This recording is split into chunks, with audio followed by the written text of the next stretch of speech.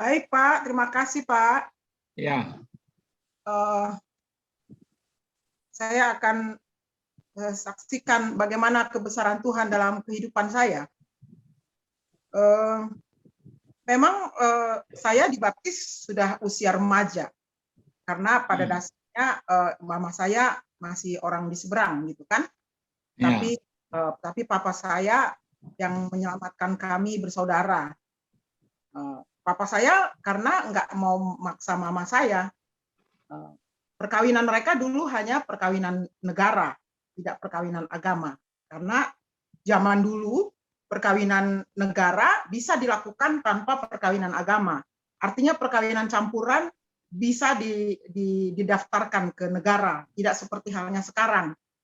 Sejak adanya Undang-Undang Perkawinan tahun 74 kan perkawinan negara baru disahkan oleh negara, baru bisa dicatatkan oleh negara setelah pasangan itu melakukan perkawinan secara agama, gitu kalau sejak undang-undang perkawinan itu. Jadi orang tua kami karena menikah pada tahun 52, saya anak pertama, lahir tahun 53. Jadi mama saya statusnya masih di seberang gitu kan.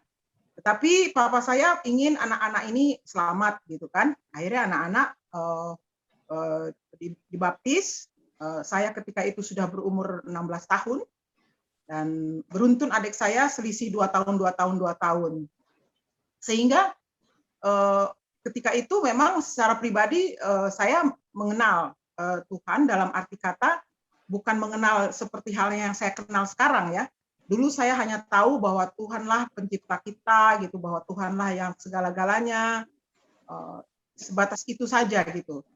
Dan tidak seperti halnya teman-teman yang lain mungkin yang ada di sini sekarang mengalami bagaimana sekolah minggu seperti Ibu Tarigan yang tadi cerita, Ibu Ria juga sering cerita sama saya, tapi saya tidak mengalami masa sekolah minggu itu.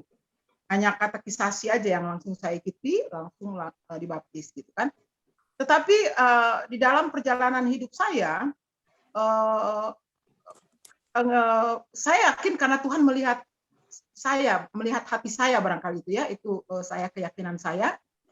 Begitu saya dibaptis, setahun kemudian saya sudah terpilih menjadi ketua pemuda gitu kan.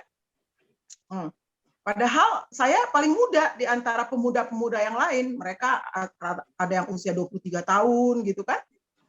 Tapi saya bersyukur ketika itu kepercayaan jatuh kepada saya gitu kan. Terus berlangsung hidup ini sampai dengan saat ini pun saya sebagai lansia termuda tapi terpilih menjadi ketua lansia gitu kan, padahal di antara lansia yang ada sayalah yang paling muda. Begitu juga waktu di kaum ibu, bahkan ketika saya majelis di gereja Okumene tahun 80 sampai tahun 86, saya yang termuda, majelis yang termuda gitu kan. Nah, tetapi secara pribadi terus terang saya benar-benar merasakan jamahan Tuhan yang begitu melekat pada diri saya sehingga iman saya semakin tebal, semakin mengandalkan Dia sepenuhnya ketika saya ditinggalkan suami gitu. 33,5 tahun yang lalu. Disitulah rasanya saya yang selama itu saya depend terhadap suami, walaupun saya tetap berdoa kepada Tuhan untuk memohon segala sesuatunya gitu kan. Tapi masih ada perasaan sekian persen mengandalkan suami.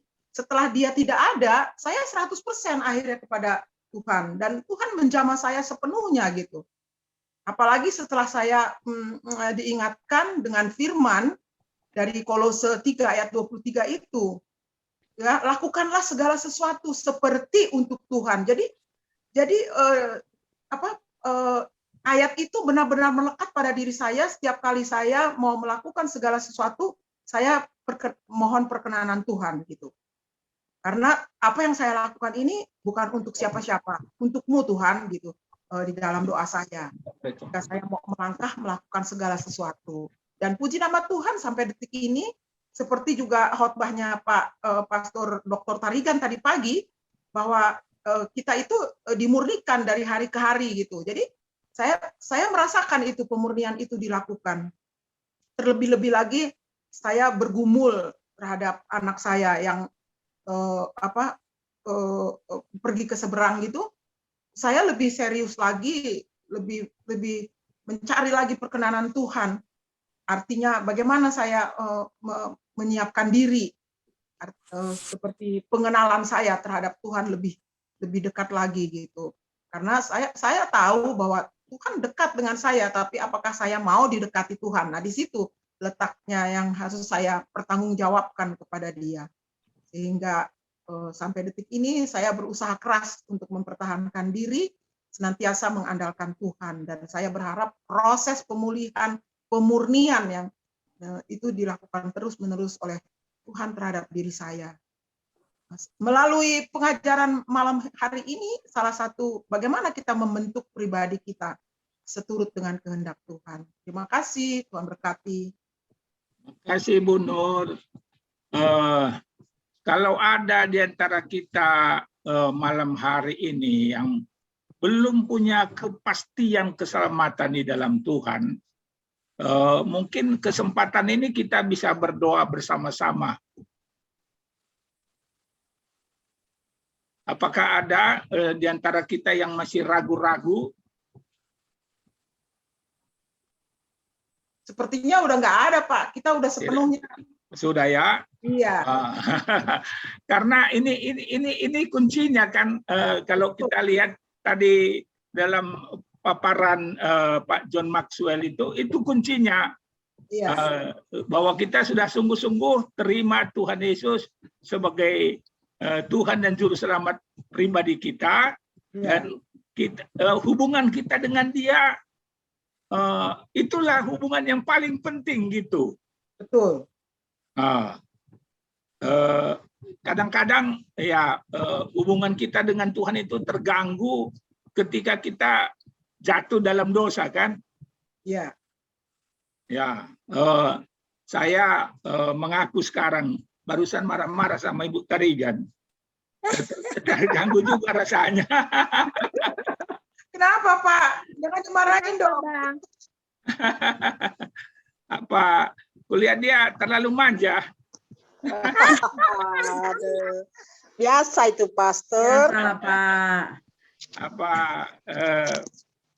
supaya selalu ini minta urut juga dia, minta urut, minta ditaruh minyak apa. Padahal saya bilang saya lagi pelayanan ini. Gak apa-apa, Pak. Sambil Zoom juga sambil ngurut bisa kok. Kadang-kala saya lakukan juga itu.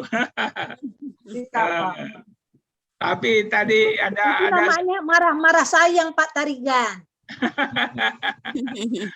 Tapi itu mengganggu ya, artinya perasaan kita nggak enak gitu ya ketika kita jatuh dalam dosa ya, kita hubungan kita itu dengan Tuhan itu kayak terganggu gitu kan? Ya.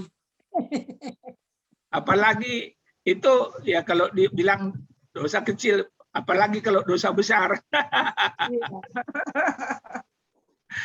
Ya, jadi kalau ada hal yang perlu kita, itu Ibu Ria angkat tangan, ya. Silakan Ibu Ria. Mohon izin bertanya, Pastor. Saya mau tanya tentang Efesus 1 ayat 4. Efesus 1 ya. Apa? 4. Sebab di dalam Dia Allah telah memilih kita sebelum dunia jadikan, supaya kita kudus dan tak bercacat di hadapan-Nya. Pertanyaan saya, Pastor, apakah ada orang yang tidak dipilih sebelum dunia dijadikan?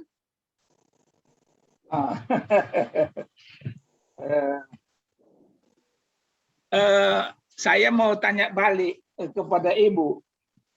Kapan kita tahu bahwa kita dipilih Tuhan sebelum dunia dijadikan? Ketika kita lahir baru. Kita tahu kita sudah dipilih sebelum dunia dijadikan. Ketika lahir baru pertobatan mendengar bahwa kita sudah dipilih sebelum dunia dijadikan. Kairos, waktunya Tuhan itu. Ya, jadi kita tahu bahwa kita sudah dipilih Tuhan sebelum dunia dijadikan, ketika kita sudah percaya kepada Dia, kan? Nah, jadi banyak orang yang belum menyadari itu karena mereka belum percaya pada Tuhan. Jadi begini, Pastor. Jadi berarti orang-orang itu sebenarnya di suatu waktu nanti akan menyadari itu, kan? Jadi kita tidak bisa bilang semua orang Kristen belum tentu selamat.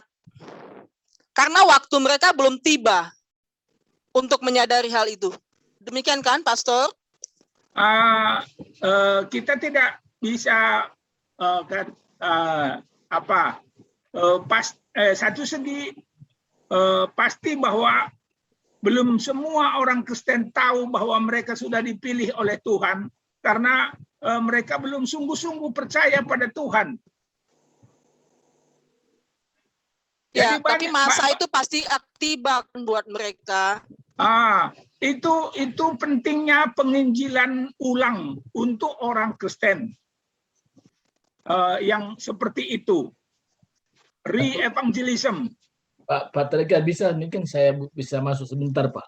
Ya, Pak, silakan, Pak. Begini, ada beberapa tipe orang yang mengaku Kristen. Ya. Tipe pertama, ketika ditanya, kenapa kau jadi orang Kristen? Oh, karena kakek saya orang Kristen. Bapak saya orang Kristen. KTP saya Kristen.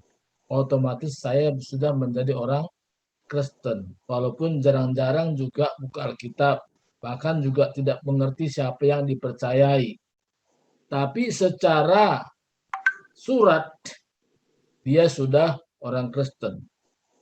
Tapi namun dia tidak mengenal siapa yang dia percaya. Maka tadi bilang Pak Robert tadi, perlu pengulangan tadi. Ya, karena ada orang hanya karena ikut-ikutan. Nah, ini yang perlu juga diinjili. Orang hanya ikut-ikutan. Jadi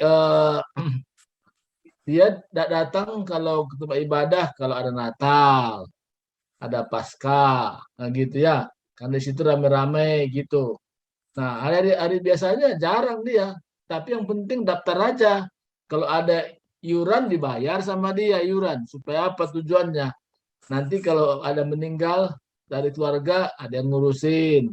Kalau ada yang menikah, nanti ada yang ngurusin. Jadi, kalau tujuannya kita tanya, kenapa kamu jadi orang Kristen? Oh ya, supaya banyak teman. Nah, kenapa jadi orang Kristen? Supaya kalau ada susah, ada memperhatikan. Jadi, hanya batas itu. Tapi dia tidak mengerti apa itu keselamatan sesungguhnya. Nah, ini tipe orang Kristen yang tadi sekedar karena keturunan. Ada tipe kedua. Tipe kedua, dia menjadi orang Kristen karena dia percaya bahwa dalam Yesus ada kesembuhan. Jadi harapannya hanya kesembuhan dari Yesus. Begitu sudah sembuh, dia sudah nggak nongol lagi, nggak ketemu lagi. Nah, dia tahu juga bahwa Yesus ada artinya perubahan hidup, ya. Artinya Tuhan sumber berkat.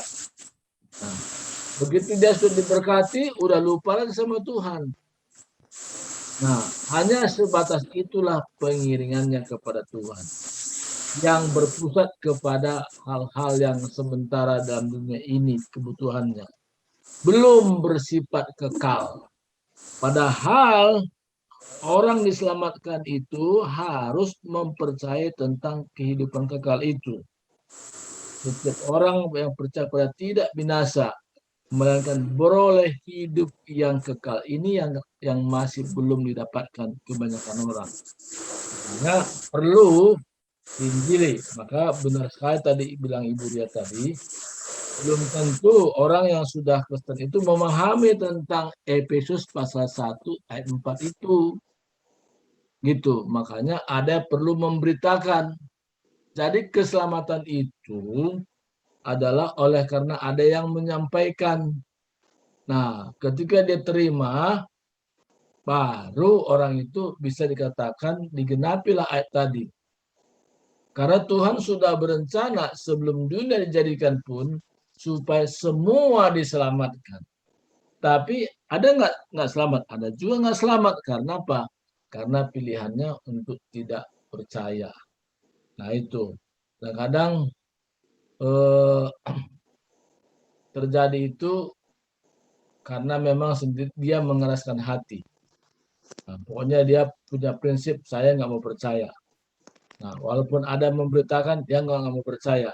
Nah, orang-orang seperti itulah sampai akhir hidupnya dia tidak mengalami keselamatan.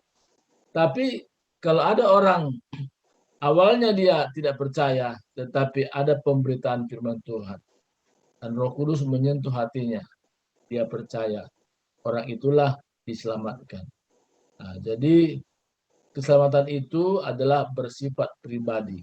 Ketika dia membuka dirinya, menerima Yesus Kristus, di mana apa yang sudah kerjakan di kayu salib 2 tahun lalu, itu berlaku buat dirinya, dia sudah ditebus dengan darah yang mahal.